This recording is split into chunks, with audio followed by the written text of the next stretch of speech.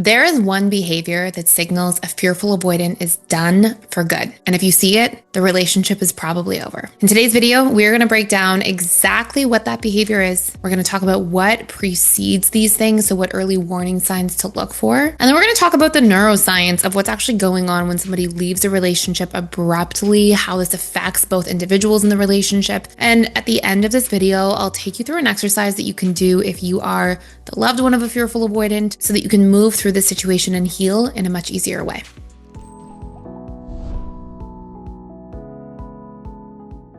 Fearful avoidants, number one, have a really hard time communicating their needs in relationships. Of course, until they start doing the work. And this is because they often grew up in environments where they couldn't really have needs. Either there was so much chaos going on around them that there was no room for their needs to be met, or even if they tried communicating and being known, sometimes they had really unhealthy caregivers and people in their lives that would shame or punish them for trying to have their own needs or trying to speak up. And so what this leads them to is to get locked into cycles when they first start dating and getting into relationships, where they automatically assume subconsciously, this is not a conscious experience, they automatically assume that their needs will not be met anyways. And so it's almost this unknown. And as somebody who once was fearful avoidant, I can tell you this very clearly. The idea that you could even communicate needs in a relationship was this like foreign concept. I didn't know that I had needs. I didn't know what needs were. And, this is a big part of the reason I share this work, is because being able to heal these areas of your life as a fearful avoidant is like so powerful.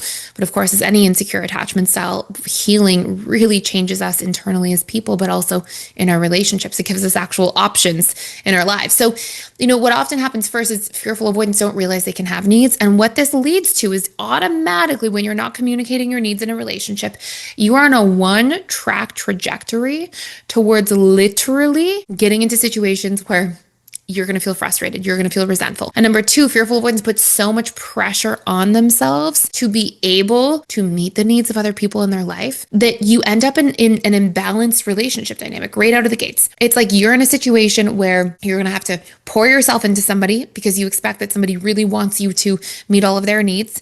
And then you never communicate your needs. And so your needs are inevitably just not going to be met because nobody's going to know how to read your mind. And this leads you to burnout, to frustration, to feeling resentful, to feeling like, oh my gosh, why doesn't anybody care about me? And it's a really painful place to be. But the problem here is that the fearful avoidant themselves, until they learn this, doesn't realize that and I'll speak for myself as somebody who was in that space. I was part of that problem, right? Like I would burn myself out trying to meet everybody else's needs, never share my own. Well, whose responsibility is that? Well, after doing some looking at myself once upon a time when I first started my own healing journey, it was like, I'm that problem. Unless I actually give room to share with people what it is that I need, what I'm feeling, what I'm fearing, what my concerns are, then how can I possibly expect that somebody's going to meet them or show up for them? And how can I possibly resent other people or be angry at other people if I haven't given them a fair shot yet by never communicating? Now, once you communicate, if somebody never shows up or makes an effort, great, you've got an answer. Maybe that person's not the right person for you.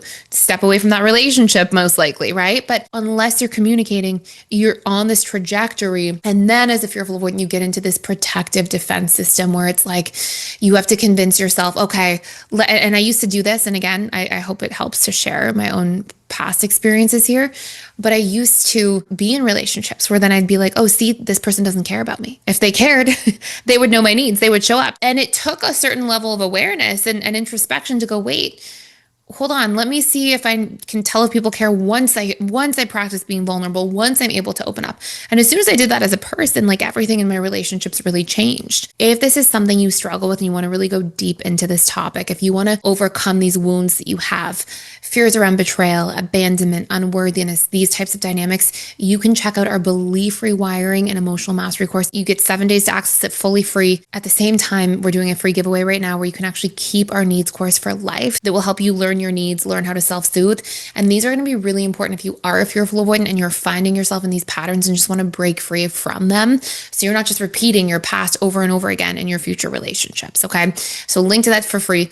Really powerful if you're the loved one of a fearful avoidant as well, and you're on the receiving end of this, so you can break free of your wounds, and you get the needs course where you can actually do your self-soothing work around this, your healing, and recover from this relationship if it did end suddenly. I want to talk a little bit about what you can do to heal this if you are the fearful fearful avoidant, but also if you're the loved one of a fearful avoidant, how to approach this with them, what you can do. But first, let's talk a little bit about the neuroscience of all of this. Joseph LaRue's amygdala research actually shows that emotionally charged memories from our past actually create heightened fear responses. So this is something we talk about on this channel all the time, is that when we have these old wounds and memories, as an example, if you had an experience where you tried to communicate a need as a child and it felt suppressed, rejected, diminished, we store that and then we hold on to it. We project that back out onto our external world. And this is what explains why fearful avoidants often conflate or confuse vulnerability with a sense of emotional danger, emotional threat. I can even remember being a fearful avoidant and like when I would have feelings for somebody in relationships, I would feel threatened by that person. Like I would feel scared of them at the same time. Like, oh gosh, this person could hurt me. Oh my gosh, I feel feelings for this person, wanting to kind of push them away, keep them at arm's length. And that was because of my previous conditioning about vulnerability, not feeling safe a lot of times growing up. And so when I felt vulnerable as an adult, those safety circuits would go off. Those fears of opening up and feeling unsafe would automatically be there. Now, I just want to be clear for anybody who's new to this channel, this is a solvable problem. Like I've been in a relationship with my husband for 10 years, like more than that. And you won't have to live this way forever. Those are very solvable problems, but you have to target the subconscious mind and actually rewire these patterns because it's really hard to carry these patterns. It is not easy. It makes life chaotic and difficult. It makes relationships extremely hard. So just really important to touch on. Now, again, we're going to get into what you can do in just a second, but I also want to share with you, Dr. Karen Lyon's attachment studies found that unresolved fear from past situations leads to narrative disorganization in relationships. So what the heck does that actually mean? It means that once we have a story, okay, we see things through the lens of that story. So if I have a story that everybody's going to betray me or everybody's going to abandon me eventually, or I'm unworthy, all of which I carried very much when I was younger before doing a lot of this rewiring work, the narrative reorganization essentially means that I am going to go into relationships reorganizing how I'm interpreting the situation before me through the lens of my past experiences. Okay, we've all seen this. When somebody's been cheated on, they fear being cheated on all the time. When somebody's been abandoned, they fear being abandoned again, right? This is very normal and common. Once we have this story that's recorded that way and stored, research actually shows that it rarely changes, okay? So we carry those stories with us over and over again. But again, that is why I literally started a YouTube channel, was to really spread the message that, sure, that might be most people's experiences, but that's most people's experiences because they're not targeting the subconscious mind. And when we target and we leverage neuroplasticity and the fact that we have neurogenesis and we can rewire these neural pathways. At one point, you didn't have that story. Then it got conditioned into you. You can recondition it by the same levers and mechanisms that cause that conditioning to take place in the first place. That's when we can actually change these things. So a lot of research shows, oh, once you have this betrayal wound or abandonment wound, good luck, you're going to be stuck this way. That's actually not true. That's just the fact that a lot of our Western system is targeting the conscious mind for healing and growth. We have to be targeting the subconscious mind if we want to actually rewire these painful beliefs that we've acquired through painful past events. So I want to talk about what you can do if you're both a fearful avoidant or you're on the receiving end of a fearful avoidant really pulling away in a final and often sudden type of way in a relationship. Let's talk about what you can do here starting today, okay? If you don't want to go as deep into like all the worksheets and workbooks and daily exercises to really rewire, here's 3 things that you can do just starting right now, okay? First thing is first. If you are the fearful avoidant in this particular dynamic and you find yourself leaving relationship after relationship, I want you to ask yourself, when I leave relationship suddenly, from 1 to 10, how much did I communicate my needs first? This is going to come with a caveat. We've got 2 more steps here. Number 2, how well did I communicate my needs in a way that they were likely to be received? And if you're anything like me, when I was fearful avoidant, I used to think I was communicating my needs because I would hold things in and then I would kind of say them all at once and be like, 6 weeks ago, you did this. And then 3 days ago, you did that. And now today you're doing this. That's not constructive communication. Okay.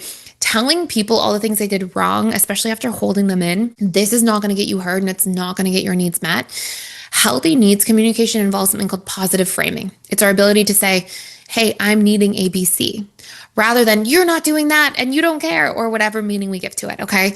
So, I want you to ask yourself honestly, how well am I communicating my needs? And how frequently do I do this? How consistent am I at communicating my needs or even knowing what they are in relationships? Because If you're not doing this, you're on a one-track path towards never communicating, feeling resentful, feeling burnt out, leaving all of a sudden, never coming back. If you're on the receiving end of this dynamic in a relationship where you feel like the fearful avoidants starting to do these things, they're shutting down, they're not communicating needs, you feel them pulling away, I want you to go to this person and I want you to tell them, we need to be able to communicate in a relationship.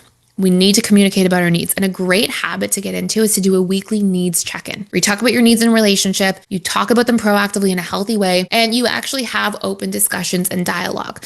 This doesn't mean that you then just meet all the fearful avoidance needs. This means that you also share your needs in that dynamic. You share your ability to actually have them know what's going on inside of you as well. And I want you to set a deadline. I want you to look at this and go, okay, I'm going to do this for like 6 weeks or 8 weeks and see if that needle moves. Really vet to see if there's an improvement in the situation, because if there is, then you're going to be able to work this relationship out. If both parties in a relationship can have a weekly needs check-in, talk about needs in healthy ways ahead of time, really share them with their partner, really open up, conversation, communication becomes open, transparent, proactive. This is such a stabilizing and foundational force to having a securely attached relationship that's harmonious and loving and consistently grows over time.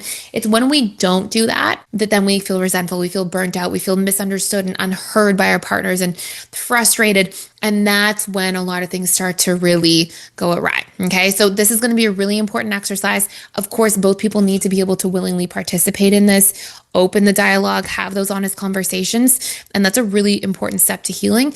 Of course, rewiring your triggers is another really important step to healing. But I would really say that if we had to talk about the top pillars of healing, and this is what we focus on from an integrated attachment theory point of view, how you can actually change your attachment style, the neuroscience of how we change our attachment style. It's rewiring your triggers, learning your needs, learning to communicate them in healthy ways, rewiring your nervous system function, doing somatic work, and then having healthy boundaries. Okay. And we have a 6th pillar that's all about changing your behaviors, but that's actually the result of doing the first 5 really well. I hope this gives you insight. I hope this is helpful for you in your journey. Please like, share, subscribe to this video if you did enjoy it or if it was helpful for you.